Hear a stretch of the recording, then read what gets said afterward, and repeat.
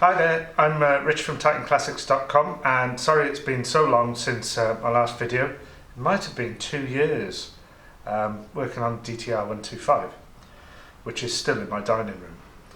So anyway, latest products I've been working on is one of these. So this is a 2mm thick titanium, grade 2 titanium disc for my mountain bike, which is a GT Sensor Pro, and it uses 4 piston calipers on a mountain bike. It's hydraulic gearing, and my idea is to produce these discs because they're so lightweight.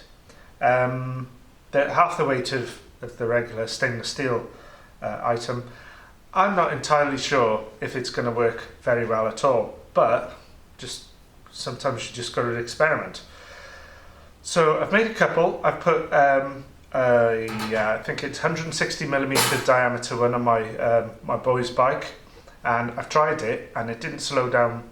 It did slow down, just nowhere near as good as the OEM part. So I think it might be down to the brake pads, change of brake pads, and get something that complements a braking effect on titanium. I noticed after I was riding this titchy little bike around and braking as hard as I could, that the discs got really quite hot. So it might be another downside of using titanium as a disc, but I'm going to find out. Other than that, I've been working on, so this is one of the brake calipers for my GT Sensor Pro. So it's made by SRAM. It's a DB G2, and it's got 4 caliper pistons, and they're made of what's the word? It's this weird plastic, phenolic pistons. They're supposed to have excellent heat resistant qualities, but I don't know if you can see this. They damage really, really easily. I mean, hardly anything damages them. So the reason I got on board with this idea is because a customer got through to me, and he says he's got Magura calipers on his bike, some high-end mountain bike, and he says when they go wrong, these plastic phenolic pistons, they get stuck in the caliper, and the Magura factory says, oh, there's nothing you can do, just buy another caliper. Well, I think wouldn't it be good if I offered, if I produced titanium caliper pistons for these calipers? So I did have a small run of these, I don't know if you can see it, these tiny little caliper pistons, and they are made in grade 5 titanium.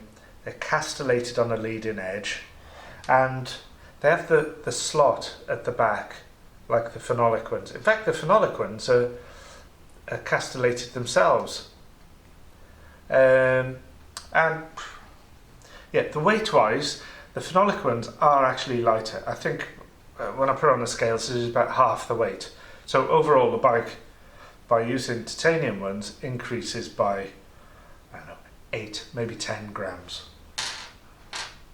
Well, okay, so what I also produced were, see those bolts there? Well, they're M6x20 with a T25 socket, the star socket ones, these things. The T25 star socket fitting. So I produced those, half the weight, and what else? And I thought it'd be cool to produce these tiny M6, can you see those? Tiny M6 banjo bolt, and that's got a T25 fitting as well, and this tiny bleeder bolt, which I had to, when I was modelling it in CAD, I had to use a big lens. I got one of these big lenses on my desk, so I had to use that. And look, pad pin, that's titanium as well. So overall, two calipers, whether or not you're going to save any weight, a little bit maybe, but I get the feeling that you're going to improve performance by using titanium because you've got long-term reliability, because it's just dead strong. I mean, I've been selling titanium caliper pistons now for donkey's years. I don't know how many. I don't know how many I've sold. Thousands. Anyway, so this is how I do laser cutting. So this is a big sheet of titanium, yeah, and what you do is I buy it from a place north of Birmingham, UK, and yeah, go up there, buy it, then bring it down here, get in touch with the laser cutters. I used to use a laser cutter down in Worcester, but they've decided to retire, which it's up to them. It's not fair, but anyway, because they were really good. And so I'm trying this other place nearby, and they're all right. Their laser machine is good. You can see the back edge of this cuts really very well.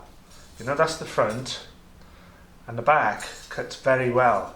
You know, it doesn't have any I don't know, laser burns, or I don't know what the word is, but like this jaggedy bits that need tidying up. So their laser cutter is really good, only I think the guy who cut it was having a bad day, because look at that. That's crap. Look at that. And it's like loads of spaces where you can fit other stuff, like you could fit one there, or fit one there, you know, or there. And then with this one, this big one, totally cocked it up completely. Like the laser is just like, I think he said the metal just moved on the machine. I paid for that. So I'll be trying somewhere else. But I didn't say anything. This is all prototype stuff. So I think that's it for today. All right. I hope you're all doing well. I'm doing okay. I'm getting fat, and I have to use reading glasses now. Yeah. Anyway, I'll catch you later. Cheers now. Bye.